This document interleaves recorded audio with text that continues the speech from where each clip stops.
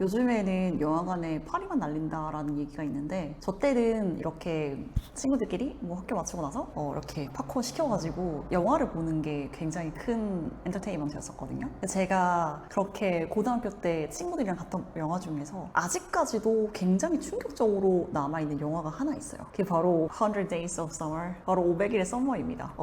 이 영화가 되게 재밌는 요소가 많았어요. 이게 항상 되게 운명적인 사랑을 기다리던 톰에게 되게 사랑스러운 어떤 여직원인 이제 서머가 회사에 조인을 하게 돼요. 당연히 이제 둘은 너무 자연스럽게 이렇게 사랑에 빠지게 돼가지고 이렇게 데이트하고 정말 만나고 손도 잡고 막 키스하고 그런 연인 사이가 됩니다. 그런데 서머는 조금 스탠스가 희한해요.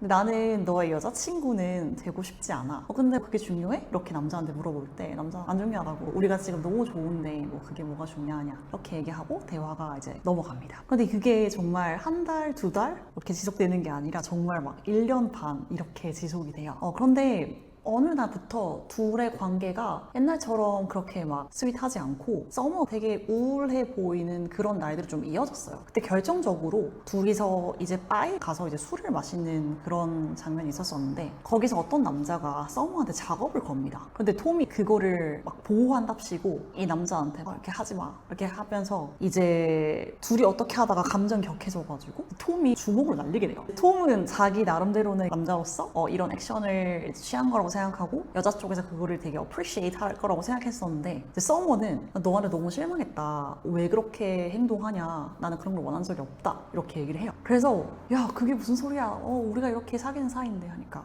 너랑 나는 커플 아니라고. 근데 그때 이제 톰이 완전 충격을 먹습니다. 근데 제가 남자라도 그럴 것 같아요. 이게 무슨 하루 이틀도 아니고 이렇게 1년 반씩이나 사랑을 키워왔다고 생각했는데 커플이 아니라니. 그러고 이제 시금전폐를 하고 이렇게 살다가 직장 동료의 결혼식에서 이제 둘이 만나게 돼요. 그래서 뭐 잘 지냈어? 하면서 이렇게 웃으면서 대화도 하고 하는데 그때 충격적인 소식을 전해줍니다. 서머가 이제 몇 달 뒤에 결혼을 한다는 소식이었어요. 톰이 이제 최대한 이제 남자의 자존심을 지키기 위해서 그래 정말 축하한다 이렇게 얘기를 하는데 서머가 이렇게 얘기를 해요. 너랑 만났을 때는 느껴지지 않았던 그런 확신이 이 사람을 만났을 때는 느껴진다고. 그래서 전 정말 너무 톰을 대신해서 너무 가슴이 아픈 거예요. 결국에는 그렇게 지나고 나서 또 새로운 여자를 만나게 되고 그 여자의 이름이 이제 autumn, 이제 가을이었어요. 그래서 이제 여름이 가고 가을이 왔다, 약간 이런 의미의 영화였었는데 그때 넷상에서 큰 논쟁이 있었어요. 이제 서머는 비치인가,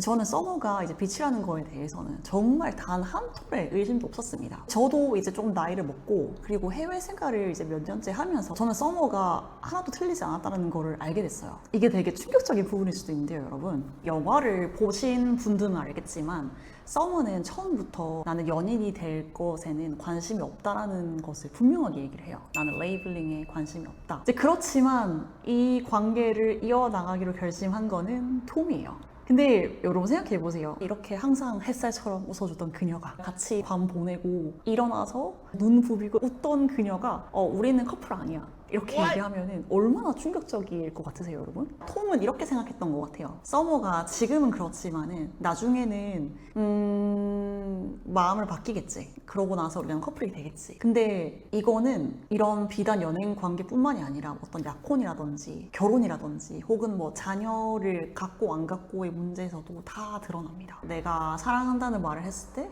나도 사랑해 라고 하지 않는 남자친구, 몇 년째 사귀고 있지만은 도저히 청혼할 기미가 안 보이는 뭐 남자친구, 그 다음에 몇 년 동안 결혼 생활을 이어왔지만 자녀를 갖고 싶어 하지 않는 뭐 아내 등등. 이거는 굉장히 한국 사람으로서는 이해하기가 힘든 문제인 것 같아요. 그래서 제가 실제로 친한 벨기에 친구가 어떤 핫한 프랑스 남자를 만나가지고 실제 이런 관계를 겪었었어요. 벨기에 친구 같은 입장에서는 이 둘이 사실 호주에 오기 전부터 인스타로 연락을 하고 실제로 호주에 와서 겟투게더 한 케이스니까 얼마나 서로 약간 운명을 느꼈겠어요. 그래서 데이트도 하고 막 재밌게 보냈는데 남자 쪽에서 결국에 나는 네 남자친구 아니다, 너는 내 여자친구 아니야 이렇게 해가지고 근데 이제 관계가 끝이 난 거죠. 뒤에도 다른 에피소드가 있지만은 하여튼 결론은 이거였습니다. 내가 사랑해라고 했을 때 나도 사랑해라고 하지 않는 거는 아직까지 이 사람을 사랑한다고 말할 만큼 내 마음에 사랑이란 감정이 느껴지지 않아서요. 그 다음에 몇 년을